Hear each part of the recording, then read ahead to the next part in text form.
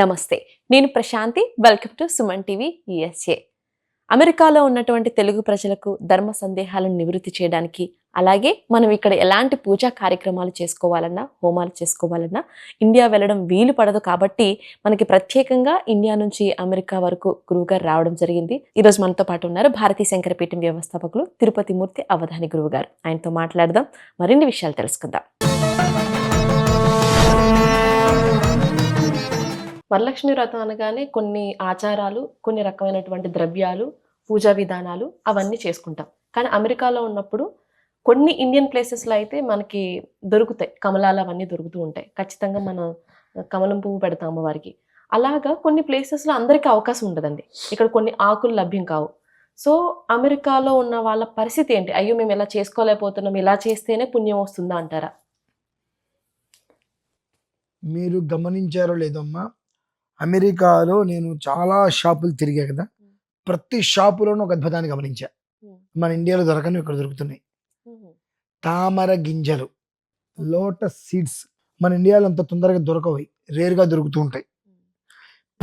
నేను వెళ్ళిన ప్రతి షాపులోనూ కూడా ముందు పూజా స్టోర్లో అంటే పూజా ద్రవ్యాలు అక్కడ ఉంటాయి ఏముంటాయి మొత్తం చూస్తుంటే ఆ తామర గింజలు చక్కగా కనిపించినాయి అమ్మా. నాకు ఎంత ఆనందంగా అనిపించిందో, చాలా అద్భుతంగా ఉంది. కనుక మామూలుగా వరలక్ష్మి వ్రతాన్ని పూర్తి చేసుకొని అమెరికాలో మనకు తంగేడి పూలు దొరకవు, గోరింటాకు గింజలు దొరకవచ్చు ఒకవేళ దొరికితే. ఒకవేళ దొరకలేదు, తామర గింజలతో అమ్మవారిని అర్చించమనండి.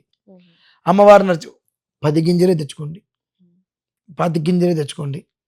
ఆ గింజలతో అమ్మవారిని అర్చించండి. అర్చించిన తర్వాత ఆ గింజల్ని మీ ఇంట్లో ఒక రోజు నీళ్ళలో పడేస్తే 2 రోజులకి ఇదవుతాయి. అది మొక్కలు వచ్చేటట్టుగా ప్రయత్నం చేసుకోండి. అందులోంచి పువ్వు రాబోతుంది అని తెలిసిందా మీ జీవితం వృద్ధి కళ్ళ కట్టినట్టు కనిపిస్తూ ఉంటుంది. అదేంటంటే ఇండియాకి ఇక్కడికి తేడా ఏంటంటే, తేడా ఏమీ లేదమ్మా. కొన్ని ప్రాంతాలలో ఏ వస్తువులైతే ఎక్కువగా దొరుకుతాయో ఆ వస్తువులతోటే అమ్మవారికి చేసేటువంటి విధానం ఉంటుంది. కొన్ని హోమాలు చేసినా, కొన్ని ఆరాధనలు చేసినా విశేషమైన ఫలితం. శ్రావణ శుక్రవారం రోజు నాడు ఇక్కడ ఉన్న వారందరూ కూడా తామర గింజలతో కనుక అర్చన చేసినట్టయితే, నార్మల్గా చేసిన అర్చనతో పాటుగా తామర గింజలతో కుంకుమ వేస్తాం. కుంకుమ వేసిన తర్వాత తామర గింజలు వేసుకొని అనంతరం మర్నాడు వాటిని తీసుకొని నీటిలో వేసుకొని అవి మనకు సీడ్స్ మొక్కలు వచ్చేటట్టుగా ప్లాన్ చేసుకోగలిగితే ఒక అద్భుతమైనటువంటి ఆహ్లాదకరమైన జీవితం మనం పొందబోతున్నాము అనేటువంటిది. దాని నుంచి ఎప్పుడైతే కలర్ పూలు రావటము, కనీసం ఆ వేరు వచ్చి ఆకులు వస్తున్నాయంటే మన జీవితం వృద్ధి చెందుతున్నట్టు సుస్పష్టంగా తెలుస్తుందమ్మా అది మనకు.